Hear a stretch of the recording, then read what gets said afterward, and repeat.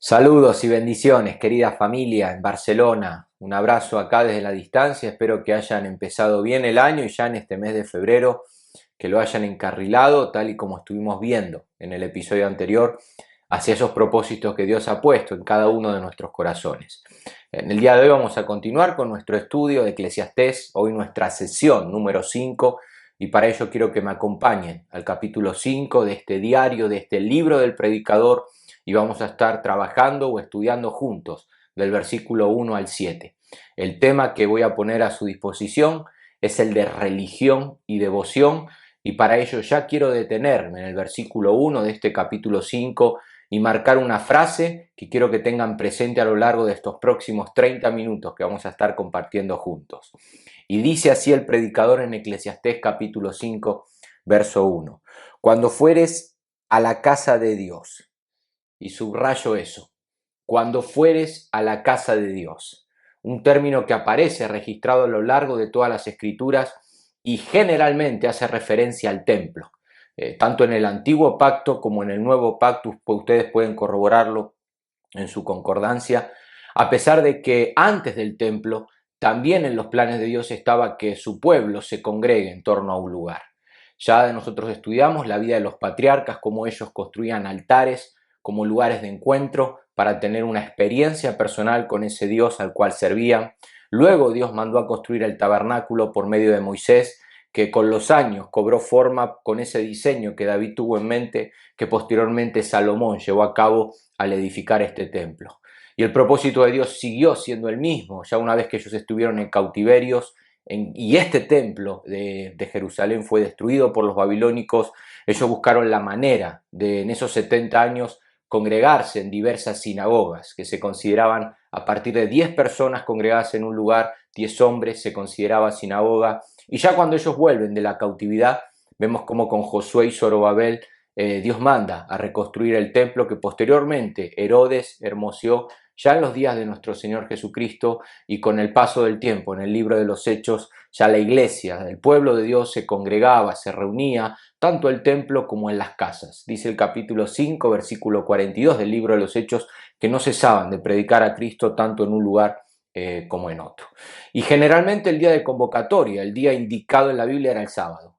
Tanto en el Antiguo como en el Nuevo Pacto, Dios había santificado ese día para que el hombre no trabaje y pueda dedicarse entero y acudir a ese encuentro señalado.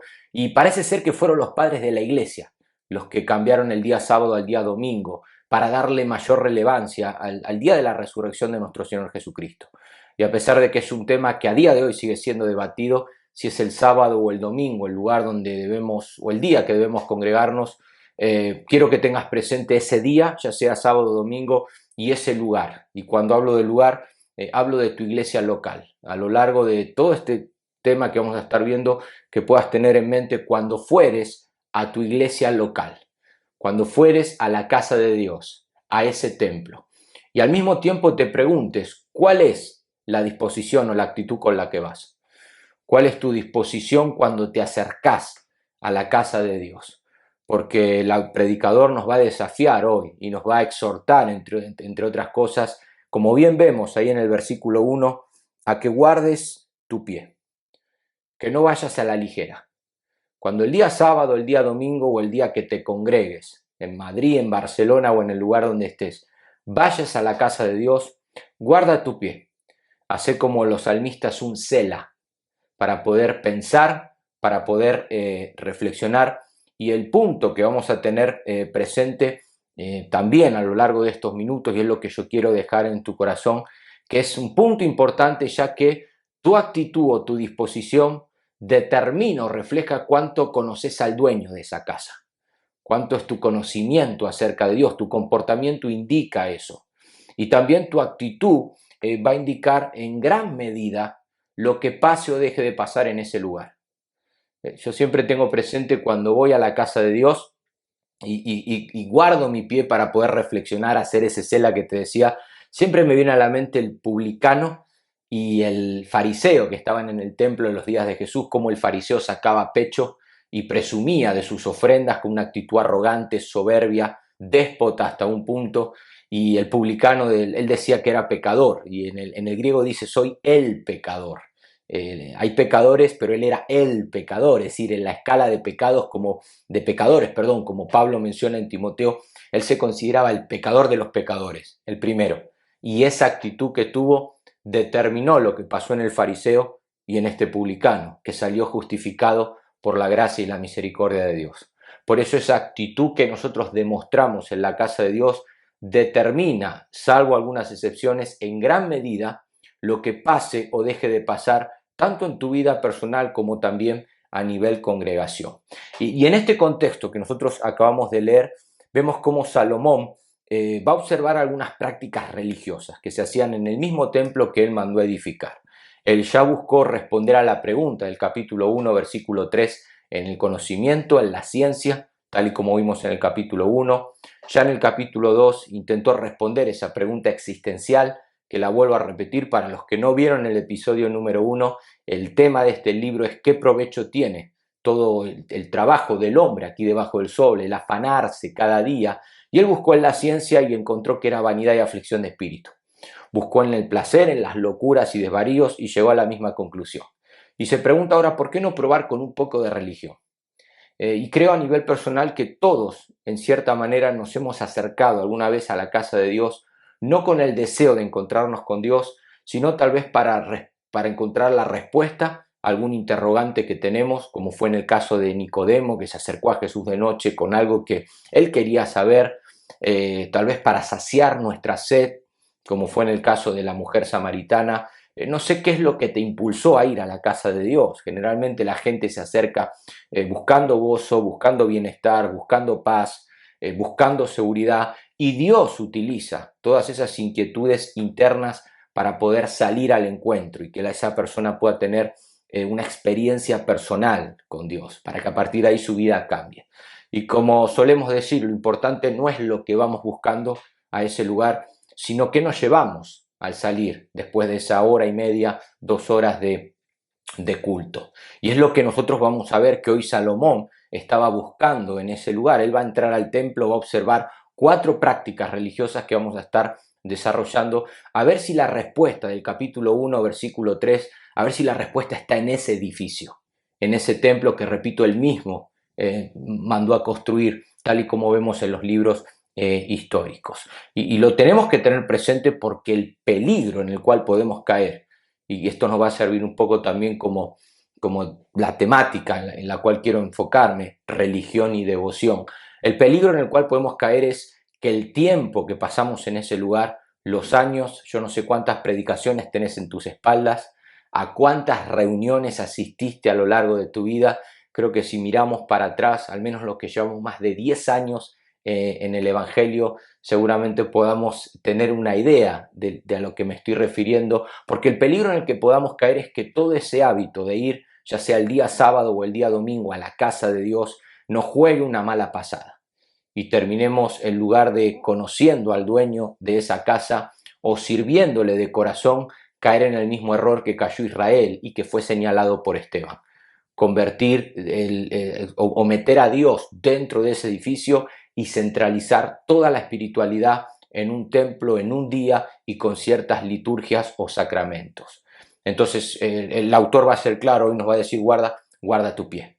Cuando vayas a la casa de Dios el próximo domingo, que asistas a tu reunión, sea cual sea tu iglesia local, guarda tu pie, haz esa pausa y tené presente. Yo quiero dividir esto en 2 secciones, en dos encabezados. Primero vamos a ver lo que Salomón descubrió en la casa de Dios, en sus días, y posteriormente ver lo que él entendió que debe llevarse a cabo en la casa de Dios, cuál debe ser la actitud correcta, la disposición con la cual nosotros nos acercamos regularmente para rendirle culto a nuestro Dios. Y da igual los años que lleves, la advertencia y la exhortación va a ser la misma para todos, y a pesar de que está en un libro del antiguo pacto como es el libro de Eclesiastés, vamos a verlo también reflejado en libros del Nuevo Testamento, como la casa de Dios, como el acercarse a Dios requiere de una condición indispensable que nosotros vamos a estar señalando en estos 7 versículos que vamos a leer a continuación.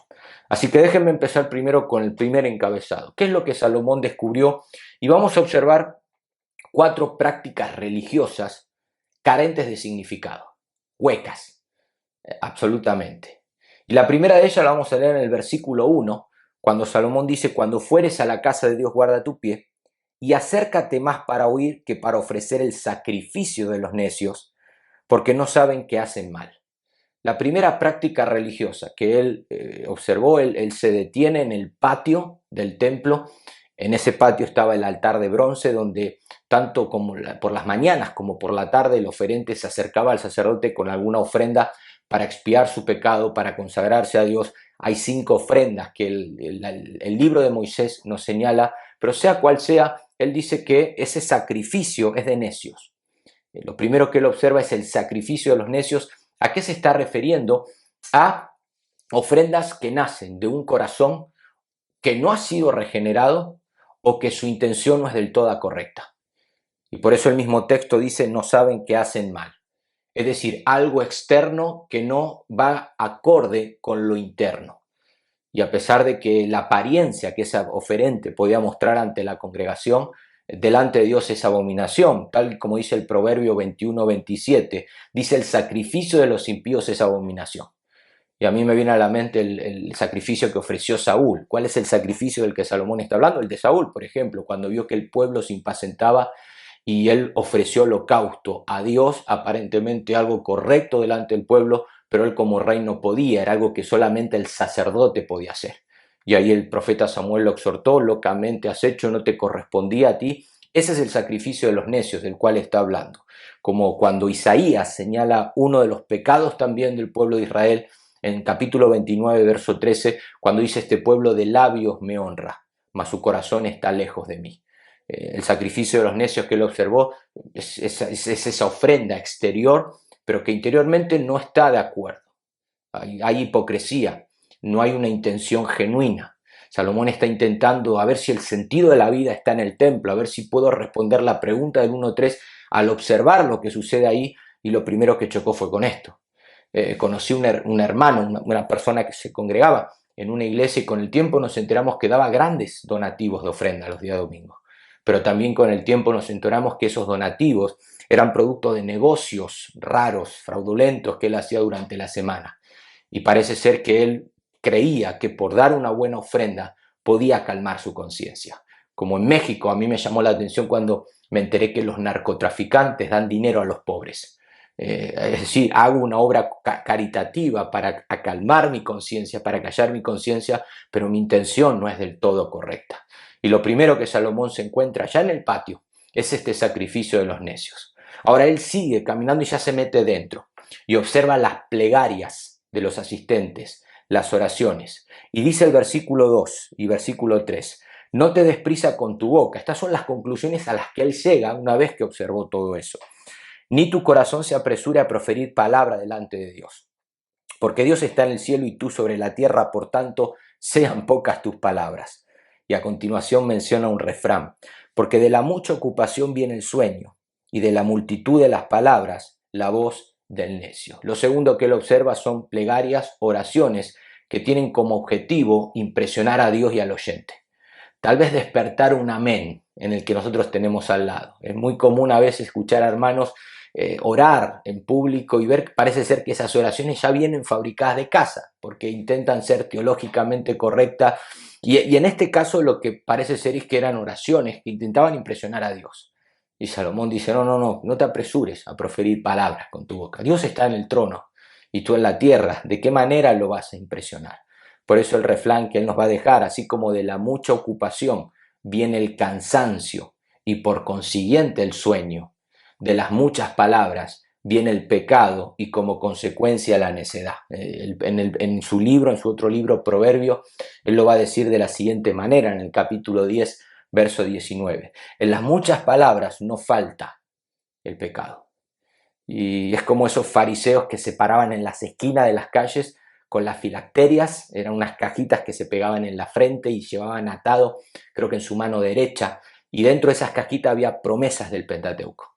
Y ellos se paraban en esas esquinas con esas filacterias a las cuales Jesús señaló y levantaban grandes oraciones, poderosas oraciones que despertaban un gloria a Dios en el pueblo, pero carentes de un verdadero significado. Me imagino a Salomón ya totalmente desanimado, el sacrificio de los necios, encuentro mucha palabrería ahora, pero él sigue observando. Y seguramente pregunta a uno de los sacerdotes que él conocía como rey de Israel, cómo estaban las promesas, los votos que el pueblo hacía en ese templo.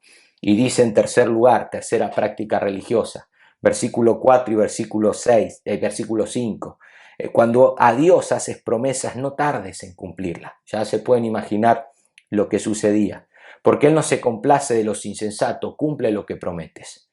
Mejor es que no prometas, y no que prometas si no cumplas. Verso 6, no dejes que tu boca te haga pecar, ni digas delante del ángel que fue ignorancia, porque harás que Dios se enoje a causa de tu voz y que destruya la obra de tus manos. Era muy común en la cultura hebrea hacer votos a Dios. Y al parecer había personas aquí que hacían votos, que hacían promesas a Dios. Podemos ver este tipo de estas promesas, por ejemplo, con Ana, una promesa positiva que Ana hizo porque en definitiva la cumplió cuando ella era estéril, no podía dar a luz, se hizo voto delante de Dios. Si tenía hijo, lo iba a consagrar a Dios y como resultado llegó Samuel, un excelente profeta, un excelente juez, un excelente sacerdote. Ana cumplió con su promesa. Y también había votos egoístas. Me viene a la mente ahora Jacob cuando negoció con Dios, por ejemplo en Betel, que luego en el capítulo 28 de Génesis termina diciendo a Dios, si me acompañas, si me bendices, si no me falta esto y lo otro, hasta el diezmo te voy a dar, llegó a decir él, ¿no? Eran votos, promesas huecas que nacían también de un corazón que no había sido todavía regenerado, y al parecer había ofrendas de estas también en el templo de Salomón, y cuando él enviaba, cuando el sacerdote enviaba al oficial a cobrar ese tributo, a cobrar ese donativo a la casa, parece ser que el oferente hacía la vista gorda y decía no, fue por ignorancia. Y siempre se suele decir que los cristianos mentimos poco cuando hablamos, pero mucho cuando cantamos. Y tal vez yo lo aplicaría a esto, no prometas tanto cuando cantás. Tal vez no sos consciente que cada vez que repetís la canción de un salmista, que parece ser que fue escrita por un arcángel, porque cuando uno lee la letra dice, ni él se cree lo que está cantando. Yo siempre le digo a mis alumnos, hay canciones que no te conviene cantar, porque la demanda es mucha. Esperá ser perfeccionado unos 100 años más para tal vez poder estar en condición, pero no quiero entrar en detalle de algunas letras, pero hay canciones que no nos convienen y las cantamos y Dios toma nota de lo que estamos diciendo. Y cuando el teclado deja de sonar y salimos por la puerta de la iglesia, ahí Dios va a probarnos si en definitiva podemos cumplir aquello que le hemos prometido mediante una melodía. Y Salomón te va a decir, mejor que no prometas. Y no que prometas, sino cumples. Sé obediente a lo que Dios te está pidiendo, nos dice Salomón. Asimismo, cuando hablamos con hermanos, ¿no? Que solemos hablar mucho y luego caemos en lo que hemos dicho y generalmente no cumplimos. Le decimos a un hermano, ya te voy a llamar, ¿no? Bueno, quedamos tal día, está bien, después te confirmo, cumplamos con todo aquello que prometemos. Pero en definitiva es una tercera práctica religiosa que Salomón observó en aquel templo. Y por último, en el versículo 7, Salomón escucha a los predicadores, a los ponentes, que el día sábado se congregaban para enseñar la ley. Y dice, donde abundan los sueños, también abundan las vanidades y las muchas palabras. Salomón quiere encontrar el sentido a la pregunta del capítulo 1, versículo 3. Tal vez al escuchar una predicación y se encontró con sueños, con ambiciones desmedidas. Hay dos palabras que yo subrayo aquí y quiero que tengan presente. Él menciona vanidades, que esas predicaciones son vanidades porque en definitiva son huecas. La palabra vanidad es hebel, un vapor, algo que se escapa de las manos. Son predicaciones que sí, que te elevan al tercer cielo, pero que son huecas, porque nunca llegan a materializarse. Porque mientras la estás escuchando durante la predicación, sí, parece dulce, parece agradable, pero es algo que cuando salís de la iglesia se escapa porque no tiene fundamento bíblico alguno. Y Salomón lo llama también como palabrerías, mucho bla, bla, bla, pero poca acción. Yo a veces digo, ¿cómo hay personas que llevan 10 años escuchando el mismo tipo de predicadores y nunca se paran a pensar o a preguntarle a dicho predicador por qué toda esa palabrería que predicó nunca se cumplió? Hemos pasado ahora el 2020 y a mí me gustaría llamar a todos estos charlatanes que se inventaron una agenda profética para el 2020, el año de lo sobrenatural, el año de lo perfecto, el 2020, y ninguno anticipó una pandemia. Y cómo estuvieron durante todo este 2020 escondidos y a saber qué nos van a traer ahora en este 2021. Pero se trata de esos predicadores motivacionales que buscan corazones sedientos de vanidad. Y tampoco va a estar ahí la respuesta al interrogante de Salomón que él presentó al principio de su libro. Ahora, ¿qué es lo que Salomón entendió de todo esto? Porque alguna enseñanza él nos va a dejar una vez más. Él nos abre su corazón, nos muestra su experiencia y nos deja esta enseñanza, versículo 7, en la segunda parte, o al final del versículo 7, lo voy a subrayar: mas tú teme a Dios. Olvídate de las 4 prácticas religiosas anteriores. Lo que tu actitud, tu disposición cuando te acercas a la casa de Dios no debe ser religión. Eso es lo que él observó. ¿Qué observó Salomón en la casa de Dios? Religión. ¿Cuál debe ser entonces mi actitud? ¿Qué es lo que él entendió? Tiene que haber devoción a Dios. Mas tú teme a Dios. Y cuando hablamos de devoción, hablamos de un sentimiento de profundo respeto y admiración inspirado por dignidad, virtud o méritos de una persona, institución o una causa. Cuando vayas a la casa de Dios, guarda tu pie un momento. Respeto, admiración, temor de Dios, lo traduce él. Y me habla de un tipo de un temor reverente. Cuando tú vayas a la casa de Dios, si hay algo que debe prevalecer a lo largo de esa reunión, es un temor reverente. Job y Eclesiastés son libros muy parecidos que a mí muchas veces me gusta leer a la par, porque en definitiva los dos descubren algo de diferentes maneras. Job, recién al final de su libro, entiende que el hombre no es nada y que Dios es todo. Él comienza charlando, filosofando con sus amigos, discutiendo con Dios muchas veces, y recién al final de su libro se da cuenta de que al final el hombre no es nada delante de Dios. Salomón lo tiene claro desde el principio y nos lo va dejando ver capítulo a capítulo. Pero en definitiva los dos, son 2 de los libros poéticos y los dos nos muestran ese temor reverente que el hombre miserable debe tener hacia un Dios soberano y providente. Mas tú teme a Dios, me habla de un temor limpio. Cuando yo examino, por ejemplo, el padre de Salomón, David, Salmo 19:9, él escribe: el temor de Jehová es limpio. ¿Y a qué se refiere? A que yo debo ahora seguir aquello que Dios ama y odiar aquello que Dios aborrece. Creo que eso es algo que se va adquiriendo con el tiempo, en la medida que la palabra de Dios nos va purificando. Uno empieza a seguir aquello que verdaderamente Dios ama. Te empieza a apasionar todo aquello que a Él le agrada y comenzás a tenerle asco. Te produce vómito aquello que Él aborrece. Eso es algo que la palabra va produciendo en nosotros. Es un temor disciplinado y comprometido. Mas tú teme a Dios. ¿De qué manera? Con tu asistencia el día de reunión. Mínimamente un día a la semana. De apartar un día. No te comprometas con nadie en ese día para asistir a la casa de Dios. Con tu puntualidad también mostrás ese temor a Dios. Nunca seguramente llegaste tarde al aeropuerto si sabías que tenías que tomar un avión. Qué bueno es cuando nosotros tenemos esa misma actitud cuando nos acercamos a la casa de Dios, cuando cuidamos la casa de Dios. Los baños, los bancos, las paredes, las sillas. Debemos tener presente que no es nuestra casa, que no es un club, que no es la casa de un amigo, sino que se está tratando de la casa de Dios. Ese temor disciplinado también y comprometido en cuanto a lo ministerial, que cuando determinamos y levantamos la mano para hacer algo, somos comprometidos para empezar y también para terminar. No es cualquier casa, guarda tu pie. Y por eso yo veo ilustraciones en el Antiguo Testamento, cómo Dios le permite al hombre que se acerque a Él, pero no de cualquier manera. Dios muchas veces ponía límites. El hombre tenía que acercarse con sangre. El hombre muchas veces ni siquiera podía acercarse del todo. Lo vemos a lo largo del Antiguo Testamento. Y también vemos que Dios exigía un temor santo. Es el Levítico donde Dios registra por medio de la ley: sed santos porque yo soy santo. Y cuando el hombre incumplía con alguno de esos requisitos, venían las consecuencias. Porque Dios quería mostrar el temor, no solo a la persona, sino al pueblo.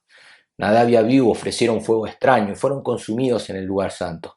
Parece ser que trajeron un carbón de otro altar que no era el correcto, no sabemos si entraron ebrios, no sabemos qué pasó, pero Dios mostró ese temor reverente trayendo muerte repentina sobre ellos. Usa, qué caso el de Usa, cuando David tiene la excelente idea, su diseño, de llevar el arca en lugar de en palos, como Dios había determinado por medio de los levitas, en un carro.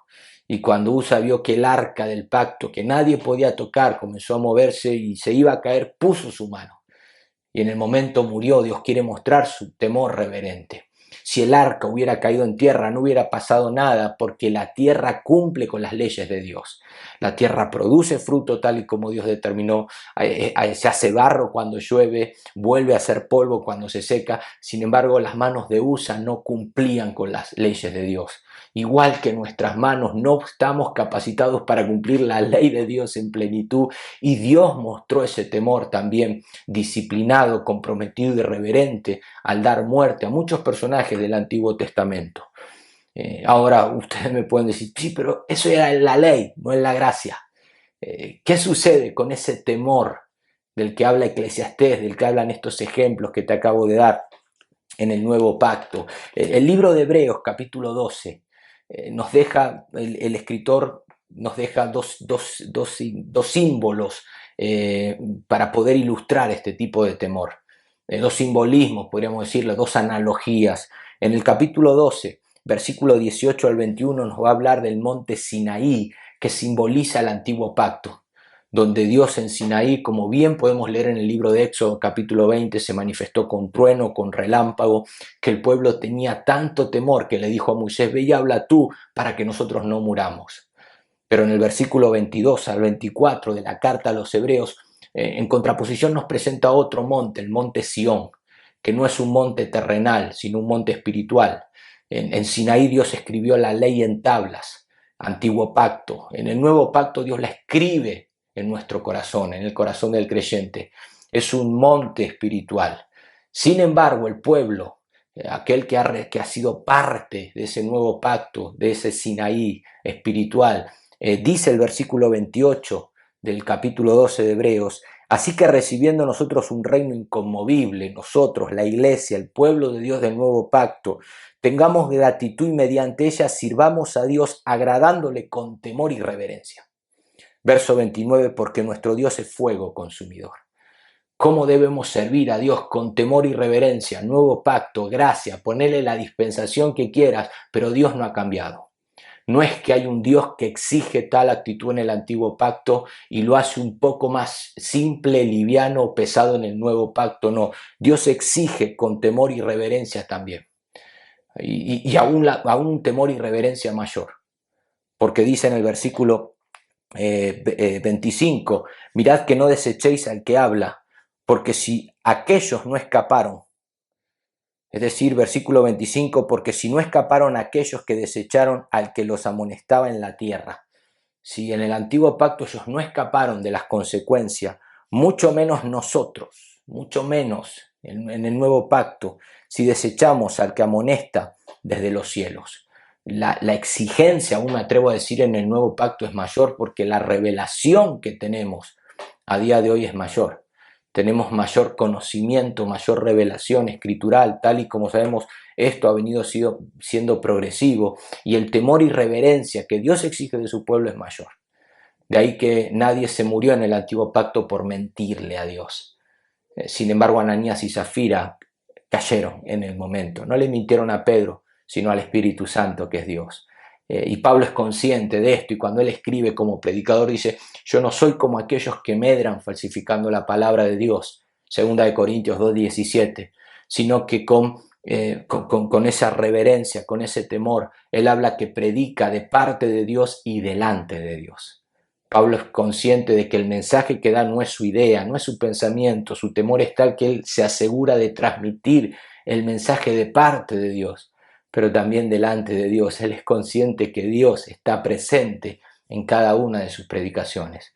Por lo tanto, ese temor reverente que nosotros vemos en el monte Sinaí es el mismo temor reverente que Dios exige hoy en el monte Sión, en el nuevo pacto, para todos aquellos que somos su pueblo. Por lo tanto, en conclusión, ¿a dónde te quiero llevar? A que el próximo domingo que vayas, guarda tu pie, guarda tu pie. La exhortación a donde te llevo es a que aprendas a desarrollar ese tipo de temor en tu vida.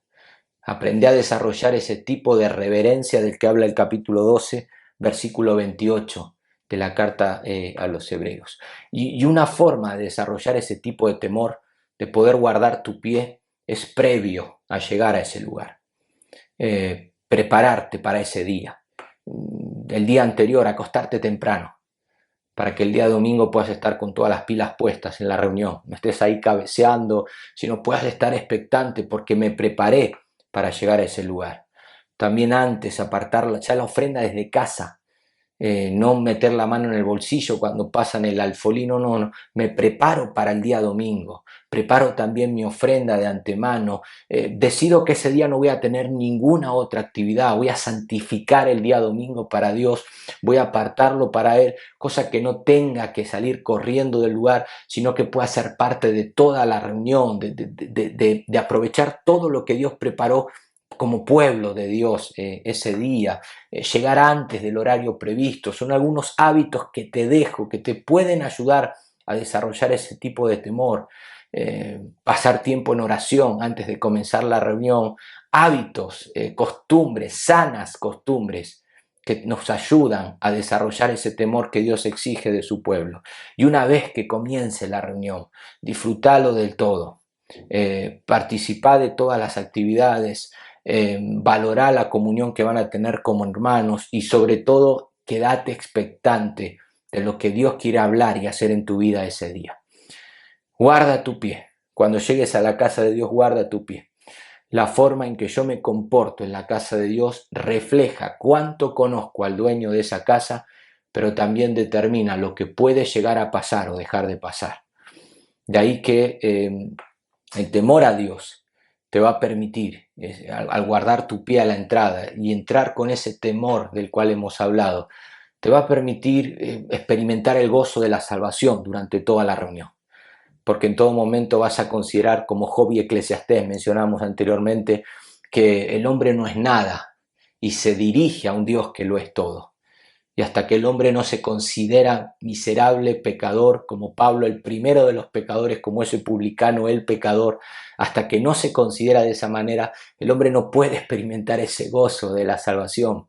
Vas a ver que tu alabanza y tu adoración va a ser más enérgica, más fervorosa, porque vas a recordar que lo que merecíamos era el fuego consumidor que hemos leído en la carta a los Hebreos, capítulo 12, verso 29. Pero que ese juicio lo llevó Cristo por nosotros en la cruz. En definitiva, vivir debajo del temor de Dios permite que te ocupes de tu salvación con temor y temblor. Y de esa manera, como Pablo le dijo a Timoteo, puedas conducirte bien, puedas conducirte correctamente en la casa de Dios. Acudí cada domingo, cada sábado, el día que tengas reunión. Acudí a la casa de Dios con la expectativa de que algo pueda suceder. No necesariamente en la predicación, a veces estamos esperando el momento, tal vez en un saludo, en una oración, en un sacramento del cual participamos como la cena del Señor. Dios quiere hablar y lejos esté de nosotros caer en la religión que Salomón observó en la casa de Dios, en el templo, en esas 4 prácticas religiosas carentes de significado, huecas, y que podamos entender, más tú teme a Dios. Ponelo en práctica el próximo domingo. Llévalo a cabo y después me contás. Guarda tu pie. Dios tiene algo que hablarte. Dios quiere manifestarse en su casa y en gran medida va a depender de la actitud y la disposición que nosotros mostremos. Nos estamos viendo en la 6ª sesión en el mes de marzo. Quiero escuchar algún testimonio acerca de esto que hemos hablado, cómo el temor de Dios también debe estar presente cuando nos acercamos a su casa como parte de una congregación. Dios te bendiga.